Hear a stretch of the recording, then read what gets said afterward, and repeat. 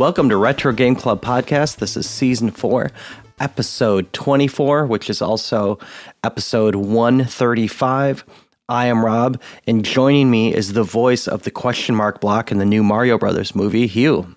That's right. I actually wanted to be Cloud. Not Cloud Stripe, but like a cloud. You know those fluffy clouds in the background? Yes. You see Mario Brothers, but they said I didn't sound cloud enough. So, is it true that the blocks in Mario Brothers are supposed to be sentient? Yeah, that was the story. Like Bowser turned all the people or living creatures of Mushroom Kingdom into blocks. So every time Mario hits a block, he is killing someone.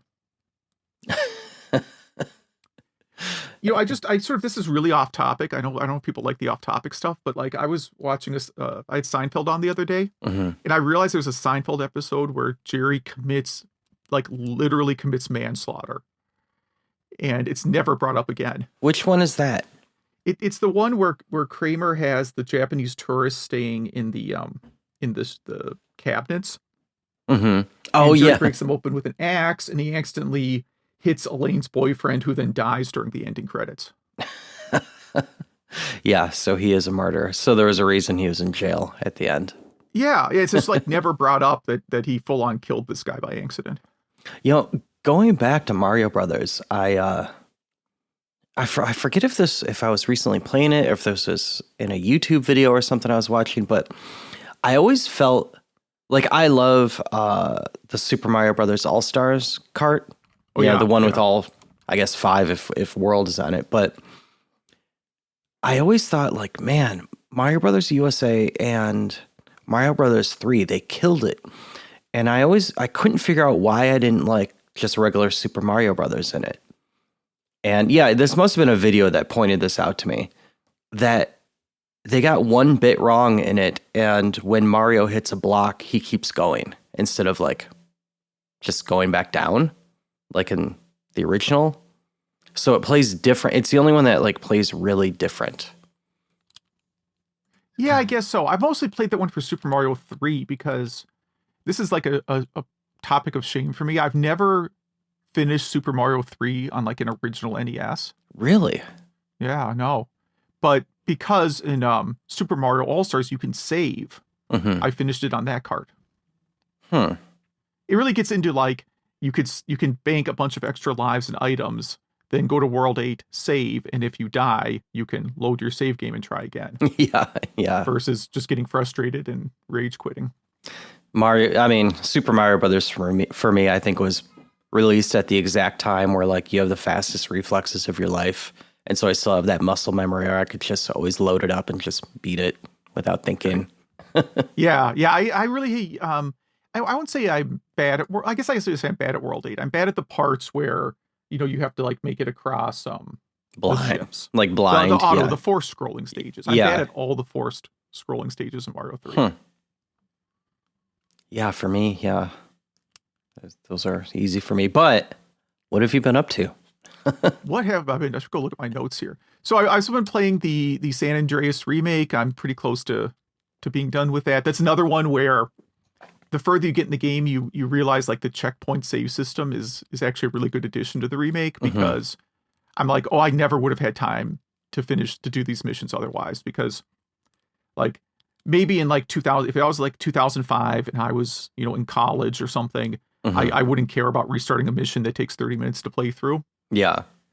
But today it's like, oh wait, I have to go all the way back to this thing and redo this stuff and do this hard part again. Like I just be done today. So that's pretty good. I also played, this was my RSS feeds this week, and I just played it real quick. Homebrew Game Boy game. I didn't put in news because I don't actually know how old this game is. It's called, what is this game called? I should know because I just played it. That's interesting. I can't actually find the name of the game now. Do you see it on the page? PSI. It's just called PSI. So it's like crime scene. I guess it's like CSI. Okay, yeah. And it's a one-room detective game. You're basically in someone's apartment who was found dead, and you're just looking for clues. And then it kind of stops when you find like a critical clue, because it was a short game. It's just a demo. But it's a really well-made little demo. So It looks like It looks like the graphics were made with the Game Boy camera. It kind of does, yeah. Yeah, they did some program to convert like digital images to Game Boy. So it's a really cool little game. And it's, again, the whole thing is 10 minutes. Cool. Very cool. And then I was reading, I haven't been following the Microsoft Activision acquisition. I had heard of it, but I just assumed it would get canceled. Did you see this thing in the past week about Microsoft, to try and get Sony not to sue them over this acquisition, is offering Sony the deal that they will continue to make Call of Duty for 10 years? Well, and they also signed a deal with Nintendo. Yeah, Nintendo doesn't care. People aren't buying Nintendo systems to play Call of Duty. Yeah, yeah. So I don't think Nintendo cares at all. But to me, I had a flashback to the 80s when like Coleco got the rights to do the home ports of Donkey Kong. Mm-hmm. Yeah. And in the 80s, you didn't understand this is what was happening, but they intentionally tanked the 2600 and Intellivision ports. So their ColecoVision port looked really, really good. Yeah, yeah. And that's what I'm picturing here. I'm picturing Call of Duty that looks exactly like Donkey Kong on Intellivision. We will see. That's it for me, man. What have you been up to? Yeah, I haven't played a Call of Duty since I think I had a Mac G4, maybe. I have never played a Call of Duty game. And it wasn't online at the time. It was just like a World War II game. So I bought a disc wallet of GameCube games at a yard sale once. Not a full-size disc wallet, like literally like the little mini disc size disc wallet. Yeah. And it had, I don't know, 8 games in there. One of them is a Call of Duty game for GameCube, and that's the only one I own. Mm-hmm. And I still haven't played it. Yeah, it's not for me. I know people love it, but not for me. What have I been up to? Oh, Retrofit Adventure for the Switch. I bought it when the pandemic started, and it stayed in a box. And I finally decided, like, hey, I'm not going outside much. It's cold. Don't feel like going to the gym as much. And you know what? It's a really good workout. It's a really fun game. I am pleasantly surprised with this thing. It doesn't try to, like, tell you how much you weigh or stuff like that, like the Wii Fit stuff. Yeah. It just says, like, get some exercise pretty much. And it even, at one point, it will tell you, like, you've been going for a long time. It might be a good idea to stop for now. Like sit down and play a regular game. Okay. But yeah, I really would recommend this game, even if you're not into working out. It's actually kind of fun. Twilight Princess is the other one. I don't like this game. Okay. I'm probably going to finish it. I don't like it. So far, I've played 7 Zelda games, and so far this is easily my least favorite. And I'm convinced that if this was not a Zelda game, if they just had this exact same game, and it wasn't Link, it wasn't Hyrule, it was whatever else, no one would care about this game. No one would even like it.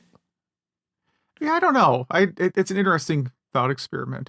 Like if it was called Newtopia 3D, no one would care about it. Yeah. I suppose, or Govelius 3D, whatever. For people that remember that. It's not horrible.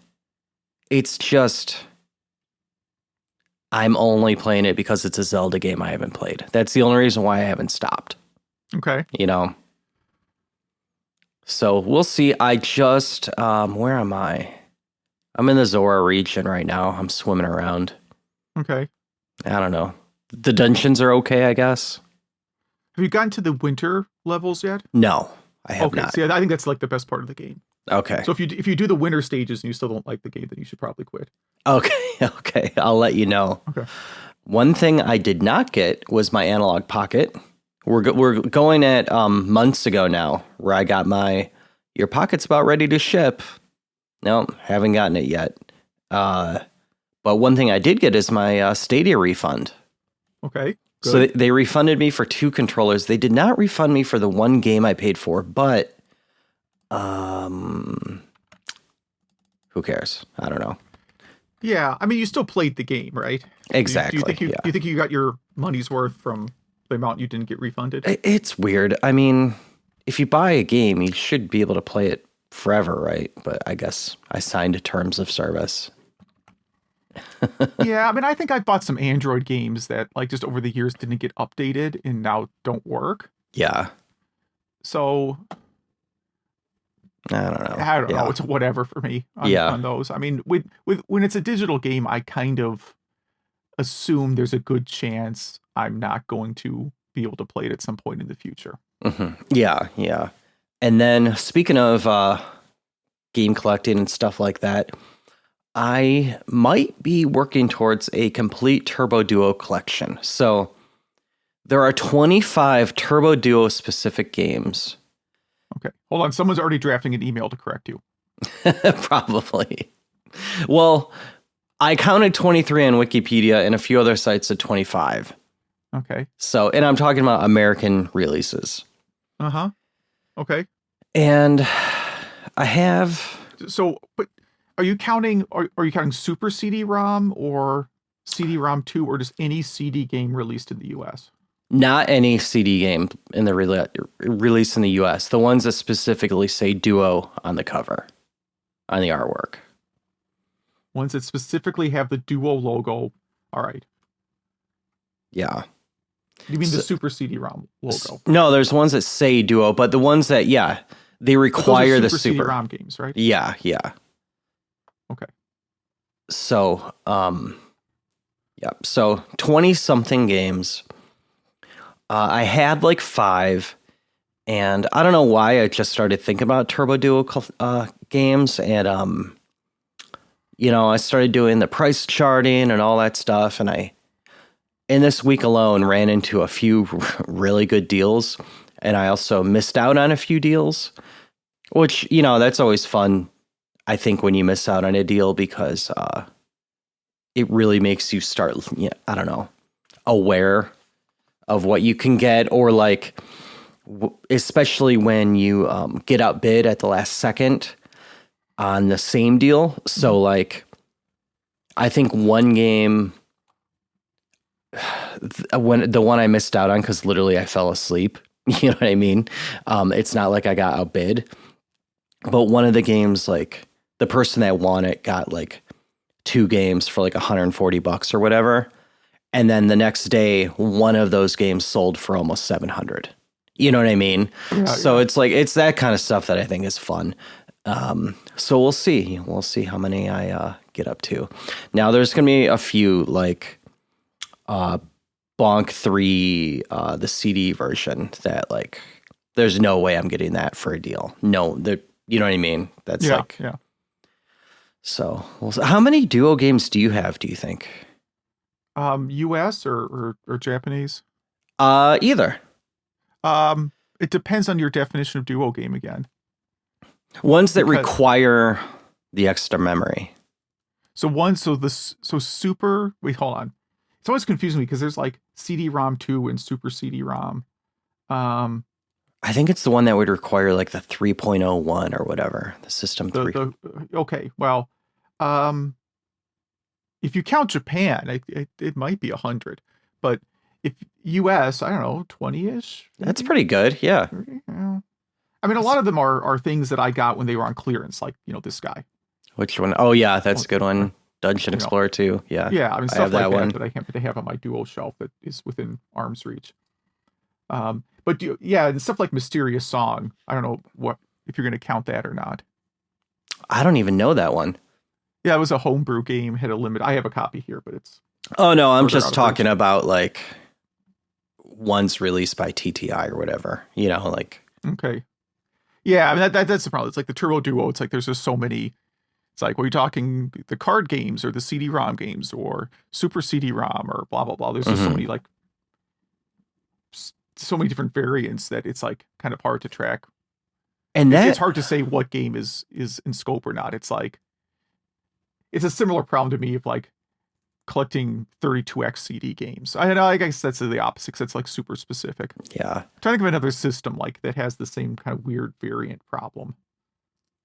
There's like that kind of period of time where Game Boy Color was a thing. Mm-hmm. and some games would be original Game Boy and Game Boy Color Mm-hmm. Yep. on the same card, and it's like, well, which one are those?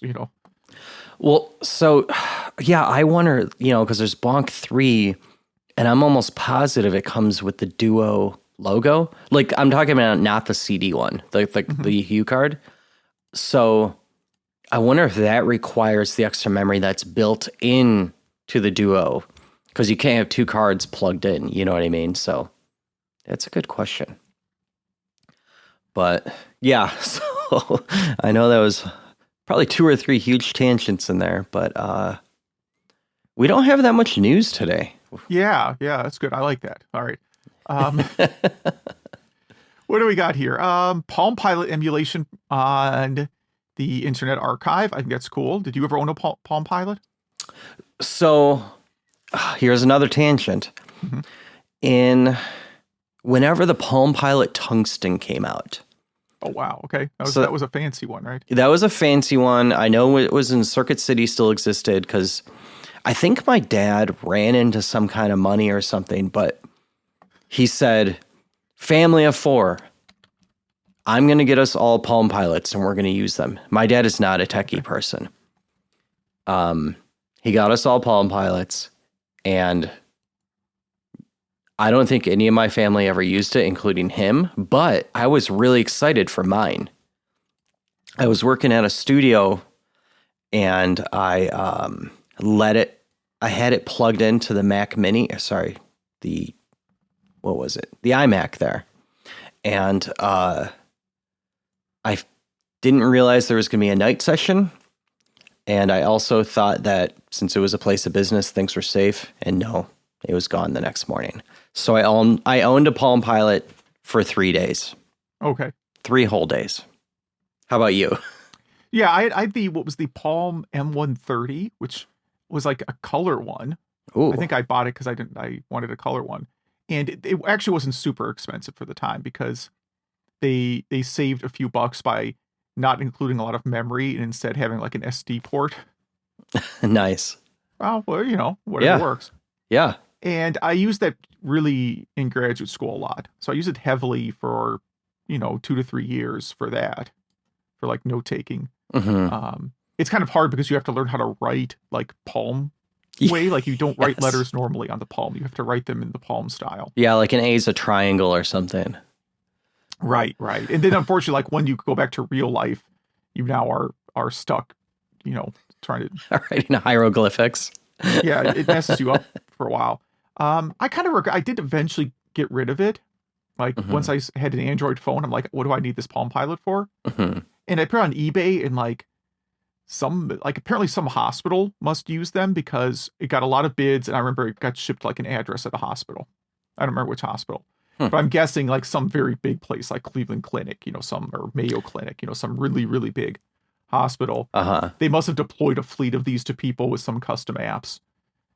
And they scour eBay to this day looking for them. Yeah. Well, this article says if you want to play the best games that are now on Internet Archive, Dope Wars and Space Trader, which I don't remember any of those games. Yeah, the only thing I ever played on mine is I installed a Z Machine emulator, which lets you play all the Infocom games. Oh, okay. I didn't realize they had that stuff on PalmPilot. They did, yeah. You could play all the. You had to own a legal copy of Zork for the data files. Okay, but you could play all the Infocom text games on it. Cool. Yeah, this is interesting. It kind of makes me want a PalmPilot again, but there should be a PalmPilot emulator for iPhones or Android. just for no reason. Yeah, the problem is someone owns all that Palm IP now, so you probably can't do it. It's LG. They bought it they bought Palm for the Palm OS, and that's what's ended up being in their TVs. You can now load PlayStation 2 games directly from a Raspberry Pi plugged into the Ethernet port. Yeah, so that's pretty neat. It's using a feature that you would use to back up. I guess you would use it for what? I'm not sure what the actual purpose of this is. like what the like I've always wondered what that port was for. Hmm. Um, but looks yeah, it looks interesting. Yeah, I guess you could play ripped games this way. yeah, absolutely. Yep. Because I guess there's a certain loader that can do that's a net loader, so it expects you to have like a whole, desktop plugged in somewhere. You load over SMB. This, you just don't need it plugged in anything. You could have, a tiny Raspberry Pi behind it. Um, yeah, yeah, pretty cool. Pretty cool. What else do we have? Oh, R-Type, a game we all heard of, is going to be on the Mega Drive and Genesis, and the first few levels are done. And yeah, that's about it. It looks fine. Yeah, it looks fine until he gets a takedown letter. I kind of that's the problem. Like this isn't an official port, so Mm-hmm. I expect this to vanish one day. Yeah, we'll see. We'll mention it if it does. But it looks nice. It's kind of vindication for me being a TurboGrafx kid because it looks exactly the same as it did on TurboGrafx, and I always said, yeah, the Genesis wasn't that much better. So, oh, what else do we have? Oh, one from Zach and our final news item. The Big P. I don't know if this is Big PEMU or Big PEmu. Oh, PEmu, like, I don't know, Puma? I don't know. I have no idea.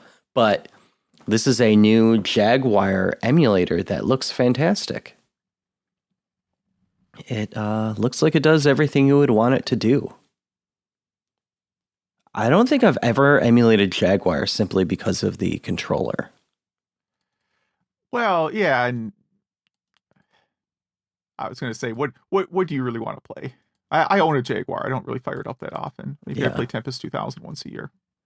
I think I see... Is there R-Type on here? I think there's an R-Type image. Was R-Type on Jaguar? No, I have to Google that. Wait. it was definitely not, unless it's a homebrew. It is... Oh, I guess there's an R-Type car. One second. There was a Jaguar F-Type, like car. Yeah, it was. Oh, it was homebrew. It was homebrew. I guess they would show homebrew games, so they're like, don't play illegal stuff. Interesting. And then that was the news, right? Yes. So what do we got this week for a topic? Well, it's getting near Christmas time, so I wanted to pick out a Christmas magazine, although this one was perhaps a little bit less Christmassy than I expected.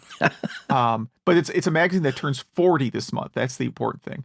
It's a round number, and everybody loves round numbers. Yes. And what's it called? This is Electronic Fun with Computers and Games.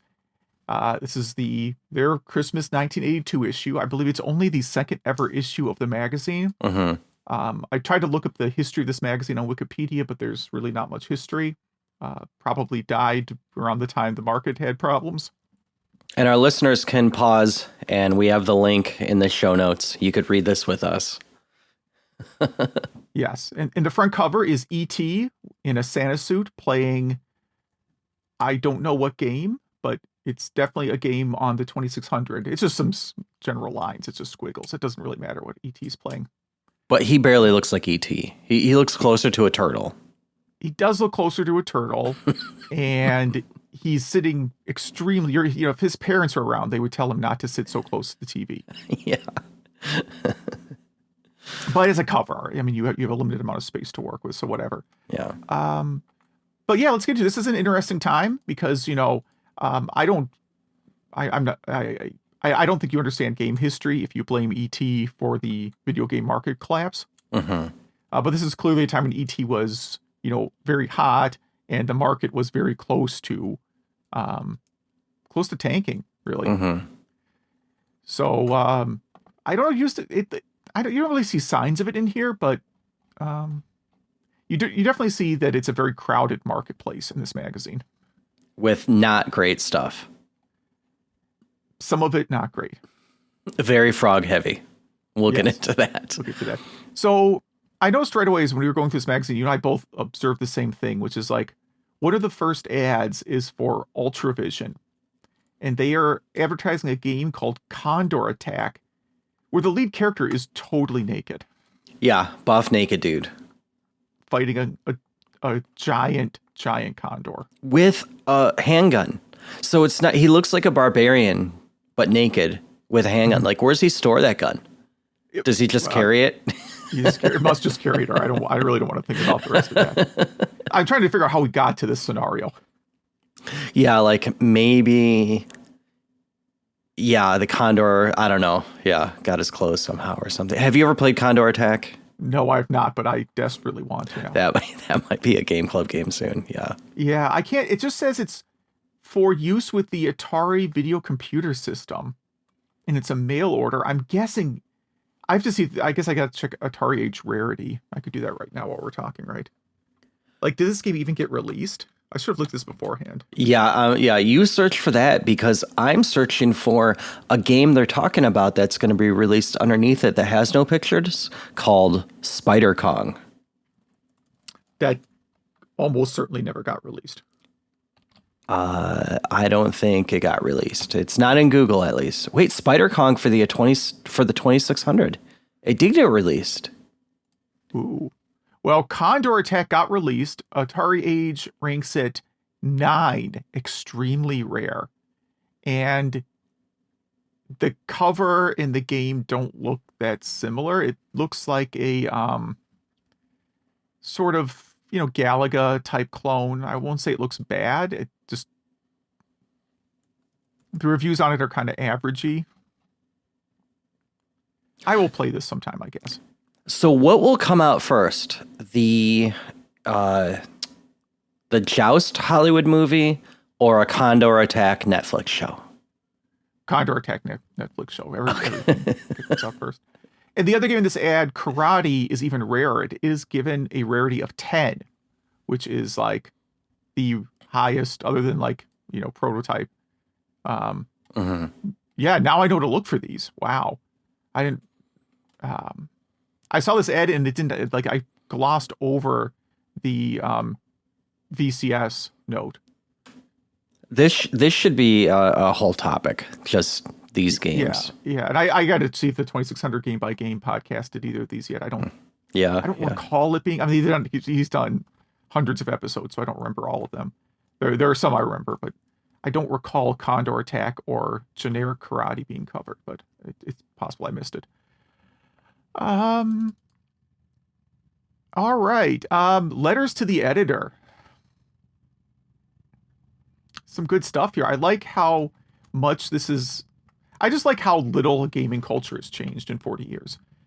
Because things tend to complain. People are complaining about, you're not representing video games the way I think you should represent video games.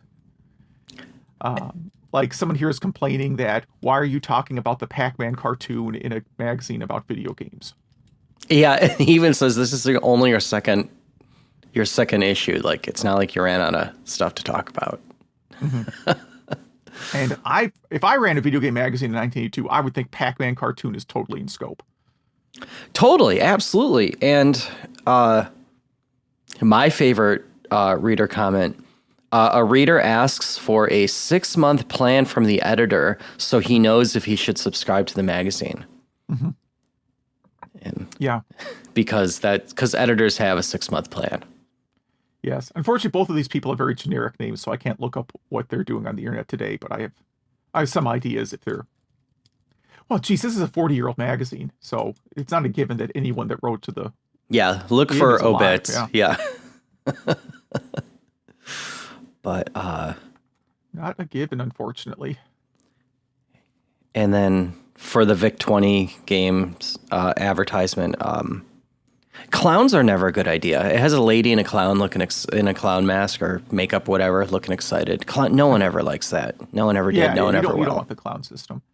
I was scrolling down here. There's a section about just sort of various new products. It's a section. What I'm interested in is the couple here with the Donkey Kong and Miss Pac-Man shirt. There's a few other cases in here where you see like people wearing video game shirts that I'm like super envious of. Like there could possibly be repro of these somewhere like at Hot Topic or some other store like that. I haven't seen these exact designs though, and I really miss these 80s, the authentic 80s shirt designs. As a kid, I couldn't get all of them, and besides, it wouldn't fit me if I did. Yeah, yeah. Let's see. What I'm trying to find my page numbers here. So we're at 2. We rate every game in the world. How many games is it? Not a ton. 300. He calls it out. There are 347 games in the world that exist. Oh, okay, all right. And if you want a complete collection, it would set you back $8,675. So one Turbo Duo game. Yeah, I would say your Turbo Duo collection idea is going to cost more than collecting every video game ever made. Yeah, ever made. And I don't think this list is comprehensive, but so in this list that they're rating them all, they give you the genre. The genres are space, maze, action, sports, adventure, fantasy, gambling, educational, and driving. I love that space is just a genre. And all but, for the Vectrex section, all but 2 of the Vectrex games are the space genre. Yeah. Makes perfect sense. They had a tank game, right? It may have been in space. I don't know. Yeah. Yeah. We could just stick with these genres. It would be descriptive today even. I would prefer that, yes. Anything interesting in the ratings you found? I don't think they gave a single game an F in the ratings. I found the ratings to be very generous. Yeah. But you definitely wanted to talk about the article that follows this. Yeah, and I think Zach called out this article too. I think this is when he saw this article, he said this is why we should talk about this magazine. The headline of this article, this is a Q&A thing, so it's sort of like reader mail, but it's for longer questions. Mm-hmm. And the question here is, can I copy games illegally? Ironically, I don't believe they ever answered it. Did you find an answer? No, I read it, and it is 2 pages long. Yeah. And it might even be one of those things where it even extends to the back of the magazine, because they do have that in here, even though there's no reason to do that in a magazine. But I know they have it in here because literally they cut off a sentence in the middle of it. You have to go back to the back of the magazine. But anyway, no, they don't answer it. So they have a title that they never answer. Mm-hmm. But these are questions that are things that are like longer than listener mail, because it's not feedback on the magazine. It's like questions with longer answers. Like, I own a ColecoVision and want to buy the Atari expansion module. What I want to know is, when I play Atari games, do I use the Atari joystick or the ColecoVision controller? So I guess he's trying to figure out if he needs to buy more controllers. Mm-hmm. Which is a fair question. And the answer is you can use both. Mm-hmm. So stuff like that. So it's more technically type of questions, things you couldn't Google. And so have you played the Tutankhamun game by Stern? Very long time ago. I don't remember it very well. I felt like there was something in Arcade Paradise that maybe that was a little bit inspired by it. Okay. The game where you're digging. Oh, I just figured that was Dig Dug. No, I think that was closer to Tutankhamun. Okay. It's been so long since I played Tutankhamun, I'm not 100% sure. I'll have to check this out. Yeah. I remember thinking it was a good game. It's probably on Starcade. I guess I could watch it on there. I have a deep love of Starcade. Let's see, what else do we have? You talked about mumps programming. The problem is we're on different pages here, so I'm trying to figure out. Yeah, I'm trying to see if we I don't want to skip anything of yours, because I know it's like 15 pages past where we are. So we could go back if we're skipping over anything you want to. Yeah, no, it's fine. But so page 34, mumps. There are a few sections I was just kind of like, yeah, okay, whatever. Yeah, so apparently they thought this new programming language developed by the Massachusetts General Hospital Utility multi-programming system, MUMPS for short, I guess, apparently they thought people were going to start making a lot of video games in this, and it is a real programming language. I looked up. Yeah, I know someone who's a bumps programmer. Are you serious? Yeah, I'm serious. He works for a hospital. Works for one of the major. I'm not going to say which one, but he works for a very large hospital. So it's still used? Yeah, it's like mainframe. Like once you've implemented something, you can't ever undo it. Yeah. I don't know what it's used for, like maybe it's used for records keeping or something. I don't actually know what specifically it's used for. I just know it is still in use. It's like why all our streetlights are programmed in COBOL. Yeah. It's like you can find a COBOL programming job if you really wanted one. Yeah. There's a topic here called sexual interface, but I didn't read it. I skipped that one as well. Actually, looking through here, I do kind of regret not doing a deeper look for more vaporware games. Because there were that ad we talked about with Condor Attack. Like some of the other games mentioned there seem to be never made, and I'm looking like there's an ad for Telesys games, and they have a couple games that I think Coconuts I maybe have seen, but I might be thinking of Congo Bongo, Cosmic Creeps, another game called Fast Food. There's just like a lot of games advertised or being previewed that I'm wondering. I really want to go back through and see what actually happened, what actually got there. But I think in the section we're in, I should have written page numbers down. There's a thing about a arcade repair course run by Randy Frome. Did you see this? Yes, I did. I looked it up. He's still doing the same thing. Yeah. So generously, he's got to be over 60, right? Oh, I mean, absolutely. Unless he was some kid prodigy. Yeah, that's what I'm thinking. Yeah, so like good, like obviously it's not like you are useless, but I mean he's still like 40 solid years of doing this as a business. He has a webpage, Randy Frome with 2Ms.com. Maybe half our listeners know who this guy is because he's a legend in the arcade repair business. But yeah, he still does $95 an hour, does arcade repairs, but also seems to teach courses. And he has a Skype name, so you can just like Skype him.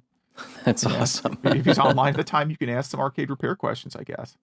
That's great. Yeah, it's like he survived a lot of ups and downs, like arcade.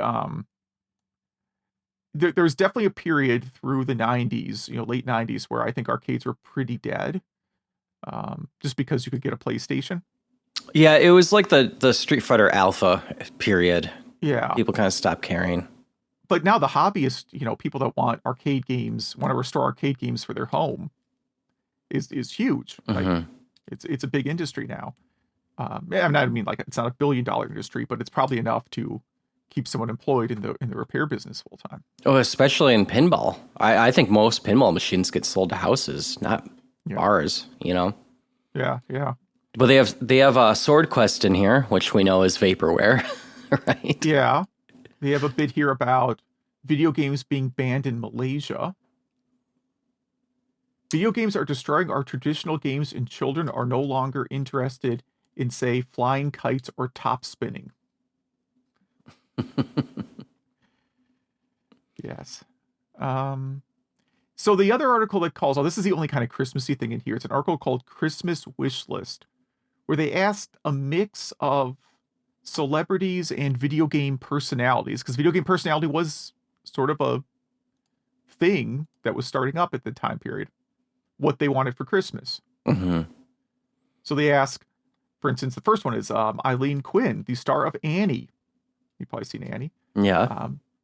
She would like Centipede, the arcade game, and Pitfall. Okay. All right. But there's stuff, Todd Rogers, who now is maybe a name that he was a gaming celebrity at the time, and now I don't know. I'm not going to comment on the controversies involving him. But he has a wish list in here. David Crane, from Activision, is mentioned in here. Asteroids champion Andy Breyer. Random ABC News anchor. And then they have fictional ones where they interview Mario, Donkey Kong, and Pac-Man. And Pitfall Harry and Casey Munchkin for what they want for Christmas. Why not? Pitfall Harry would like some weapons because he's lost in the jungle without any way to defend himself. Have we passed the where is it? The frog article yet?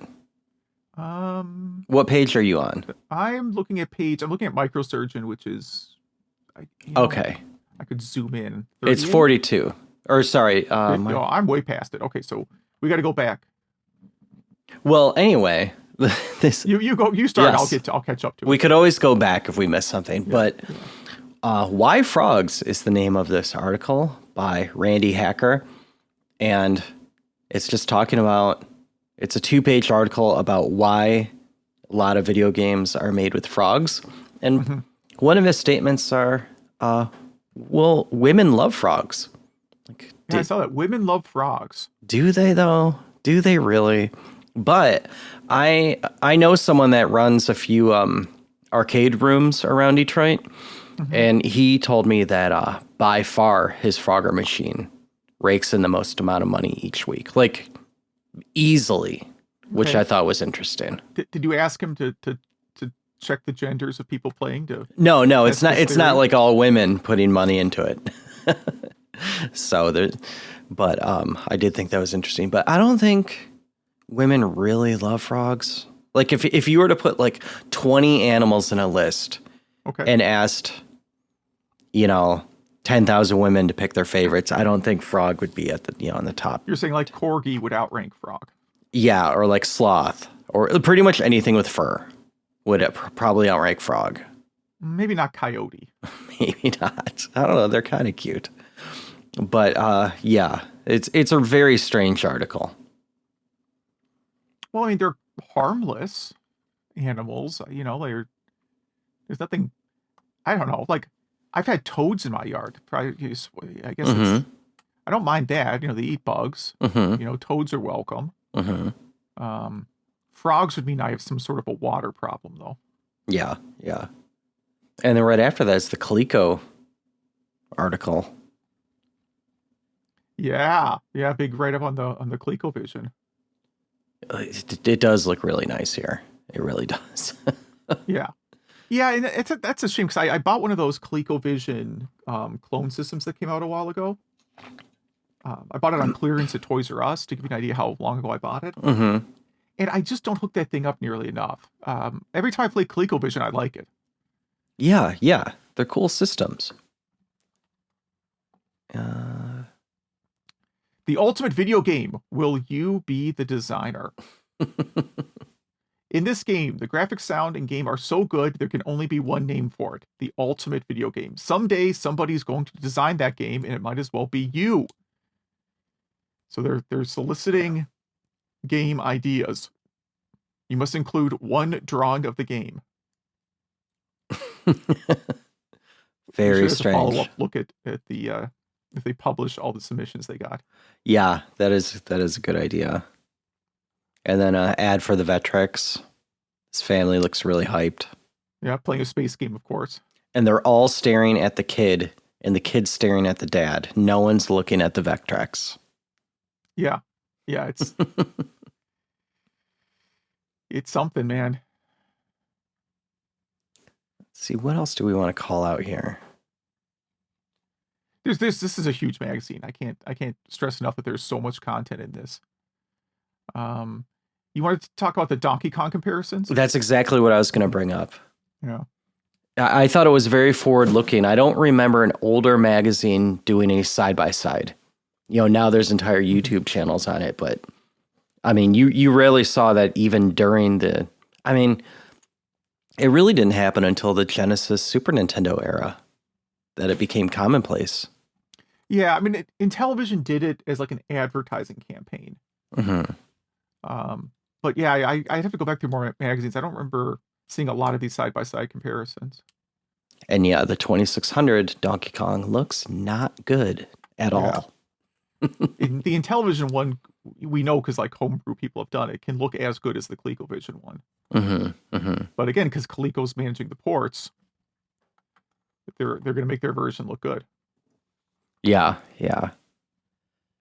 And then some reviews for Pitfall, Space Jockey, Demon Attack. Airlock, I've never played that game. Never played that. No. And Beauty and the Beast, didn't know that existed. Oh, I have that game. Oh, it's for Intellivision. Yeah, I don't For have. Intellivision, yeah. Yeah, it was Intellivision exclusive. Kind of, I mean, you could call it a Donkey Kong knockoff. It is very similar to Donkey Kong, but it's not literally the same game. It's just very similar.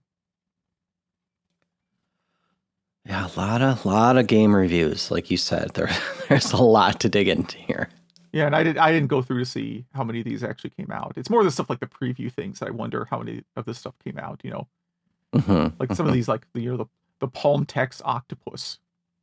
Like a lot of these things. Some of these like dedicated like Game and Watch style games. How many of those came out? I didn't go through and check all those, but that's a whole thing. The exploring the vaporware of these magazines is a whole thing.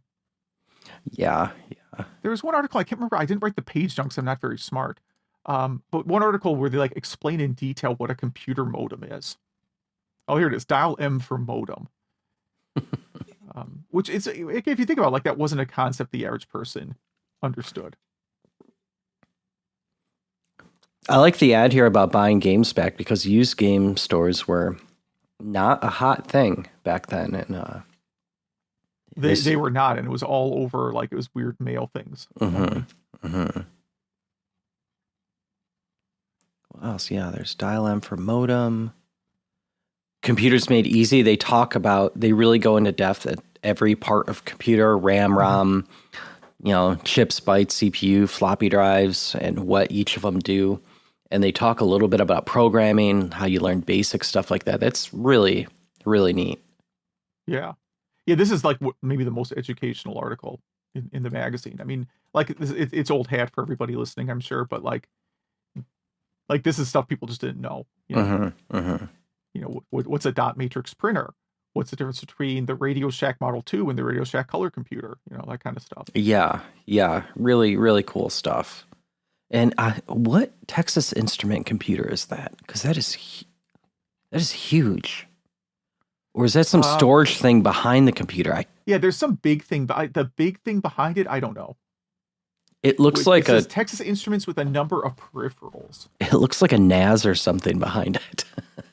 Well, it says terminal and disk drive. I wonder if that's I can't make out what it is. It is shaped like a NAS, and I don't know what it is. Like, I don't think that's an early hard drive.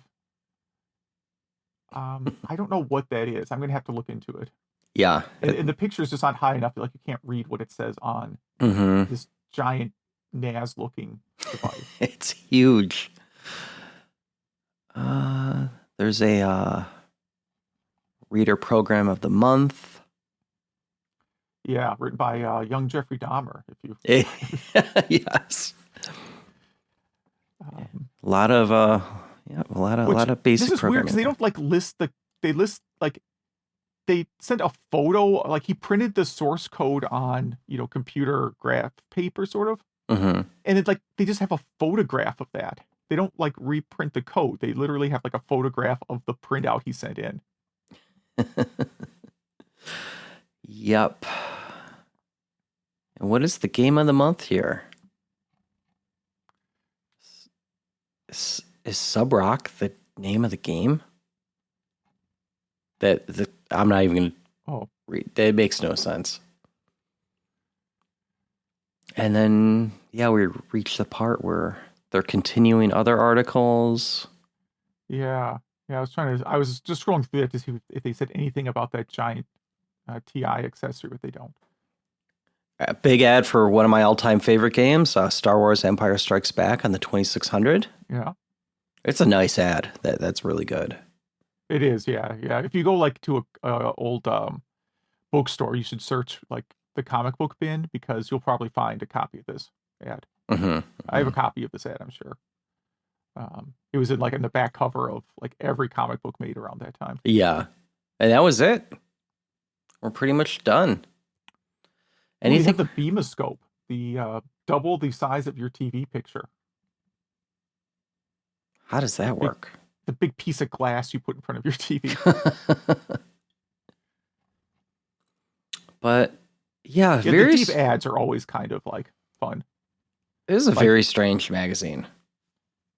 like this small ad right here that says, "Get rich in video, write free report." And it has an address. No other information. I'm looking through your notes. I think we hit everything. Yeah, I mentioned that there's a section where they interviewed the developer of Microsurgeon, and it's a really good interview. I didn't really like Microsurgeon. I won't call it a bad game. It's just kind of not for me, I guess. Mm-hmm. But the interview is really good. Whatever you think of Microsurgeon doesn't matter. The interview with the developer is really good.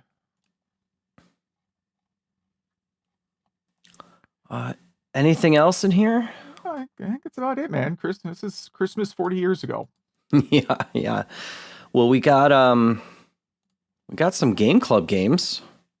Oh yeah, we better do that. Yes. I think that's why we have a podcast. I'm not sure though. Yeah. Yeah, mine's listed first. I'll just go. I did Strider for the NES. And so this came out in 1989, obviously on the NES from Capcom. And yeah, you play as a Strider, which is, I guess, like a ninja.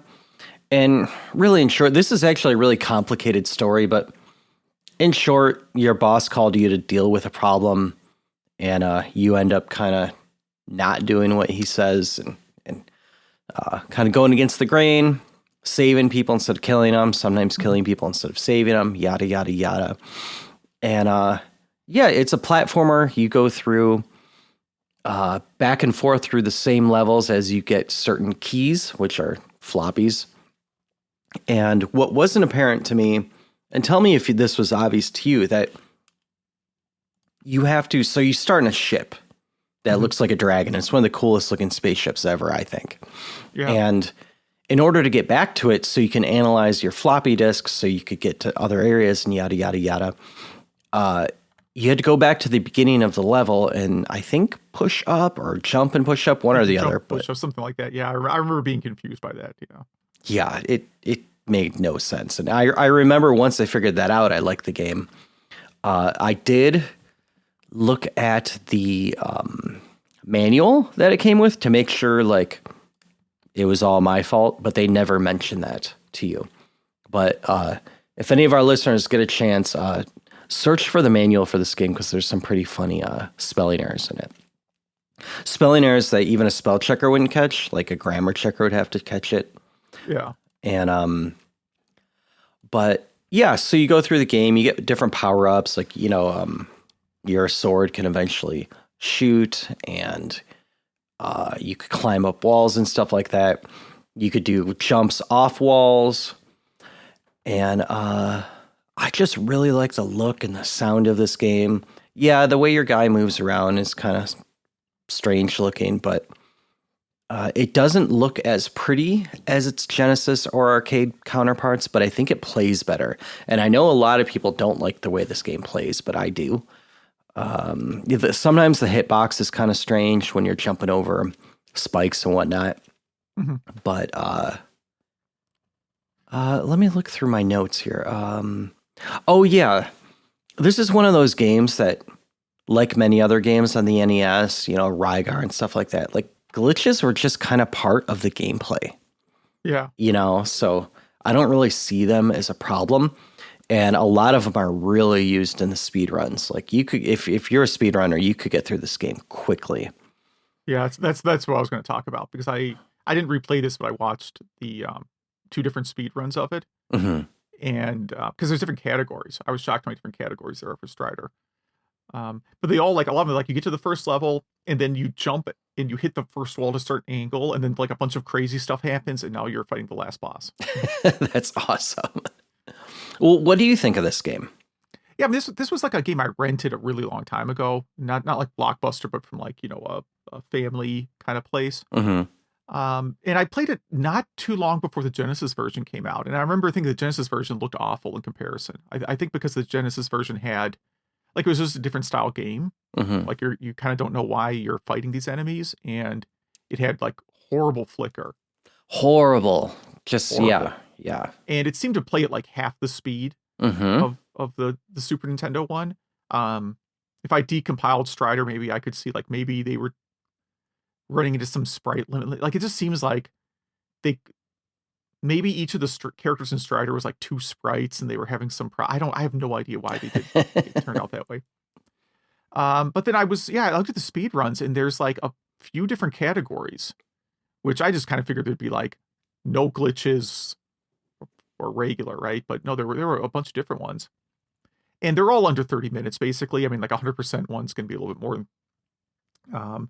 But yeah, the glitch ones, like I said, are just like they're like Zelda 2, you know, like you jump through a wall and then just stuff happens. Like I couldn't tell you everything that's happening. Like you're kind of running through glitch world for a while and then you're at the last boss. Yeah, like you're under 4 minutes for the best speed runs. Yeah. And then I'm like, well, I don't think I beat this game when I played it, but that last boss looks really, really familiar. Like that, everything when I watched the last boss fight in the speed runs, I'm like, I really kind of remember fighting that boss, so maybe I did. Yeah, same with me. I'm pretty sure I beat this when I was young, but it would have been like right when this game came out. Yeah. I wonder if like some other game just copied that boss, or if there was another boss that was super similar. But the boss at the end of it's either Ninja Gaiden 1 or 2. I forget which one. Kind of looks like the big statue boss in this. I never made it through like a stage of Ninja Gaiden. So. Okay, so it's not that. No, it's not that. Well, I mean, I don't have much more to say about this other than, I definitely recommend everyone play it. What about your game? So I've been using my Analog Pocket to work through my Game Boy backlog. I have a huge pile of like unplayed Game Boy and Game Boy Advance games. And I'm not going to 100%, unless I really love a game, I'm probably not going to 100% it. So Donkey Kong Land was kind of the first one I queued up because I maybe played one stage a long time ago. And I started playing it. It looks great, I think, for a Game Boy game. It's using like the kind of pre-rendered art style that's in the Super Nintendo game. The music seems to survive the conversion really well. It's not as good as Super Nintendo, but it's really good soundtrack. And the thing that kind of had bummed me out a little bit is like the difficulty is absurd. And the small screen kind of makes it harder because there's a lot of blind jumps. Like there's levels later on where you're on pirate ships and there's gaps. And if you miss a jump, you lose a life. But sometimes you miss a jump and you're just down like one level and you got to go back up. And because of the limited screen space, you can't really tell like, okay, if I miss this jump, am I dead or am I just climbing back up again? And in other cases where you're just like at the edge of something, you're like, well, I got to jump. I don't know what I'm going to land on. Like there's just a lot of blind jumps. So I ended up like replaying the first level many times just to earn enough extra lives to keep going. Because you can get like, 2 extra lives on the first level. And it does let you save. So, if you really mess up, if you really mess up, I guess, you can go back to a save file. But it's a little too difficult for me. I don't think I'm going to finish it. I think I'm going to move on to maybe Bonk's Adventure on Game Boy, which has been my backlog for a long time. I think if you made this game today, you would have to give the players unlimited lives. Absolutely. I agree. Yeah. It'd be like Shantae. Like, you ever play the Shantae games? No, I know all about them, but I have not played one of them. So they are as difficult as the Donkey Kong Country games, but they're unlimited lives. So there's just no consequence for you miss a blind jump. You don't have to go back and earn tons and tons of lives. Like you mess up, fine, try again. So that's why I think I like the Shantae game so much, because there's just, unlimited lives. You don't have to grind up extra lives forever. So what did you think of Donkey Kong Land? Pretty much the same thing you said. It does look great. However, the monochrome does not work with it. They keep it looks great in the underwater areas because the background is not there. So you have this great detailed character, Donkey Kong, you're swimming around and you could see him. But on the ground land areas, the backgrounds are really dynamic and usually dark. And so your character just kind of looks like a smudge in front of it. At least to me, without color as well, the bananas you pick up kind of look like hot dogs. Well, they could be. Why not? Yeah. And so that kind of led me to a question for you and the listeners is, so if you owned, a Super Nintendo and a Game Boy, or if you owned a Genesis and, a Game Gear, what's the point of the handheld system for you? Meaning, are there just some games that you want to take with you someplace, and so that's why you have the handheld system? Or is it because like why would you, if you owned Donkey Kong Country, why would you need to own Donkey Kong Land? Like, I know we have a listener that, says that they think Donkey Kong Land is better than Donkey Kong Country, but maybe the gameplay is in some respects, but definitely not the, 64 colors and great graphics you get with the Super Nintendo. So what do you think?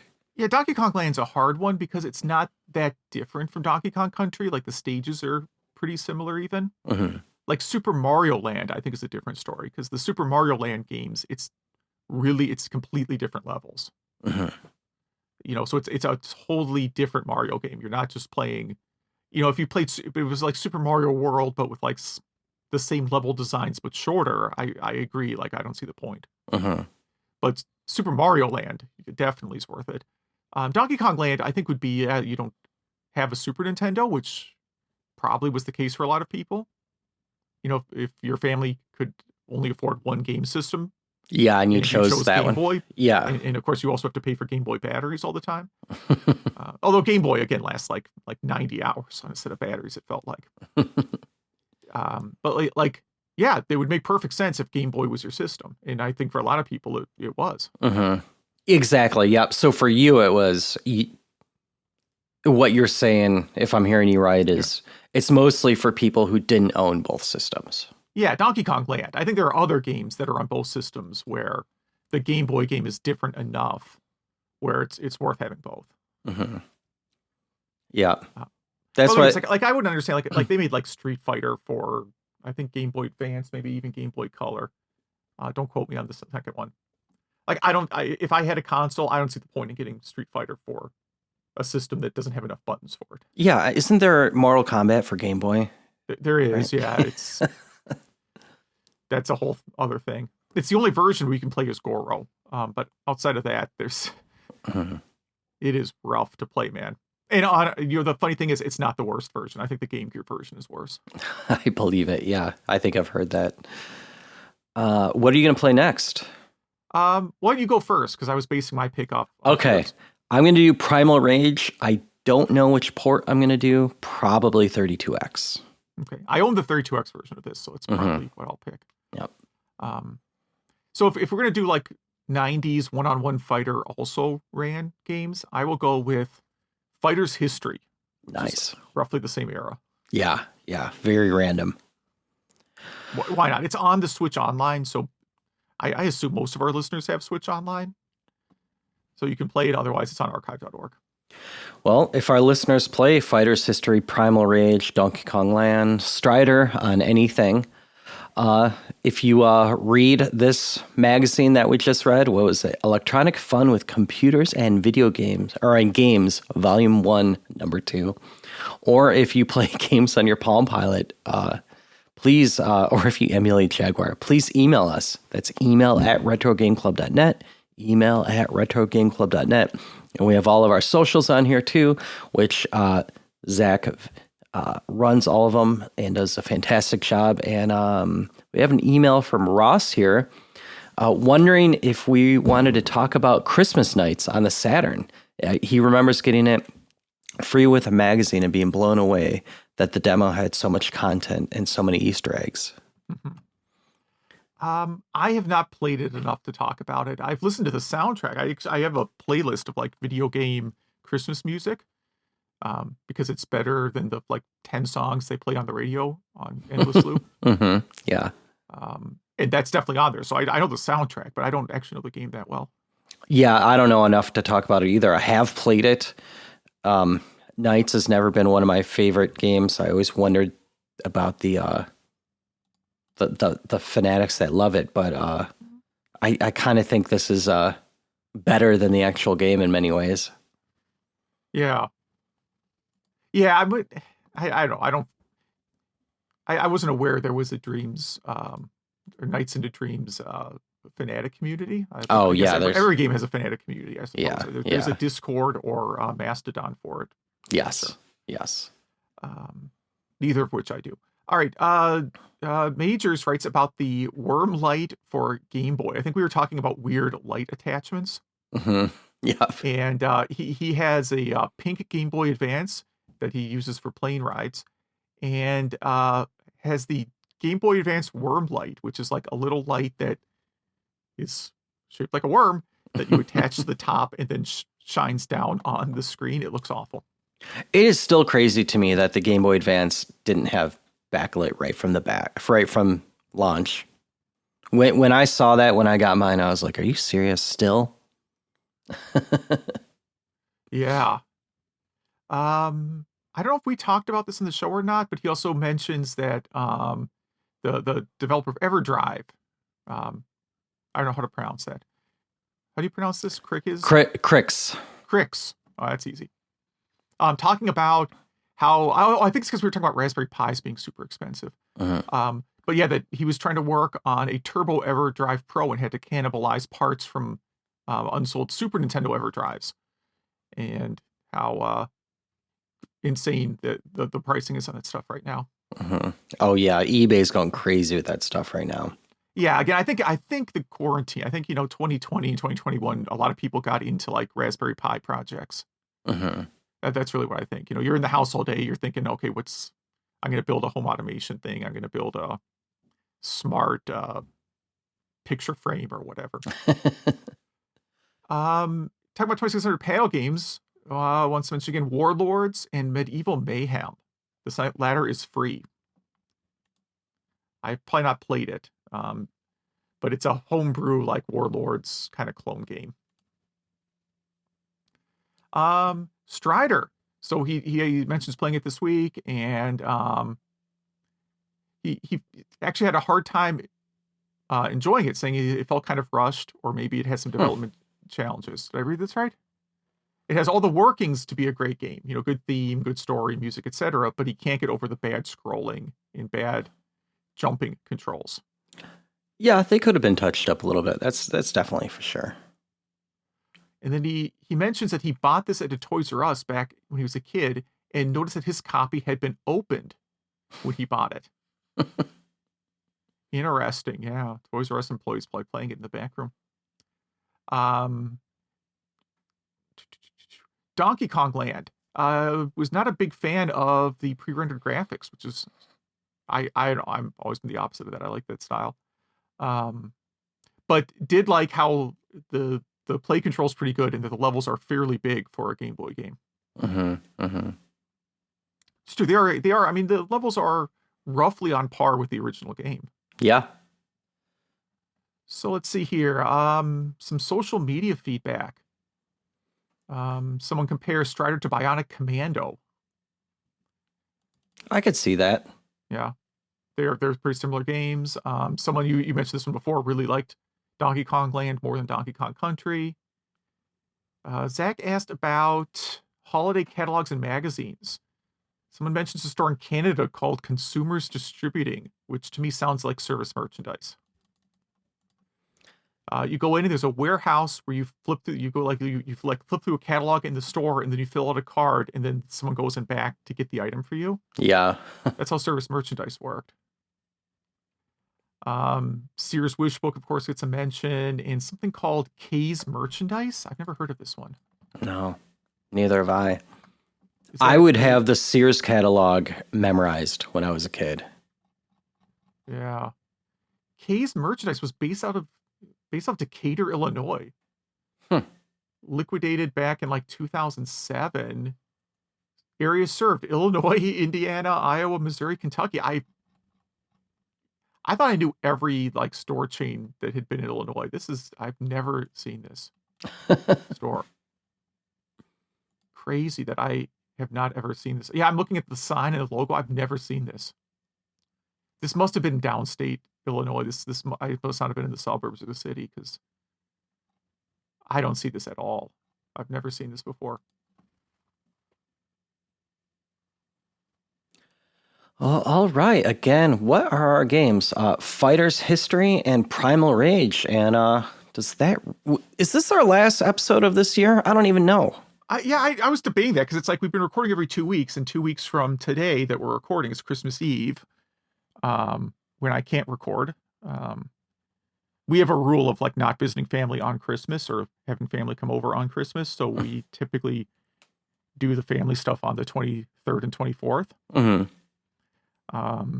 So I'm definitely not going to be recording then. So unless we record a episode next week that we release later, I don't know. Yeah, so we might see you guys in season 5. If not, we may have one more. It's going to be a mystery. We'll see. It'll be could be Happy New Year right now, or maybe not. But we'll see you all next time. Yep. Thanks for listening.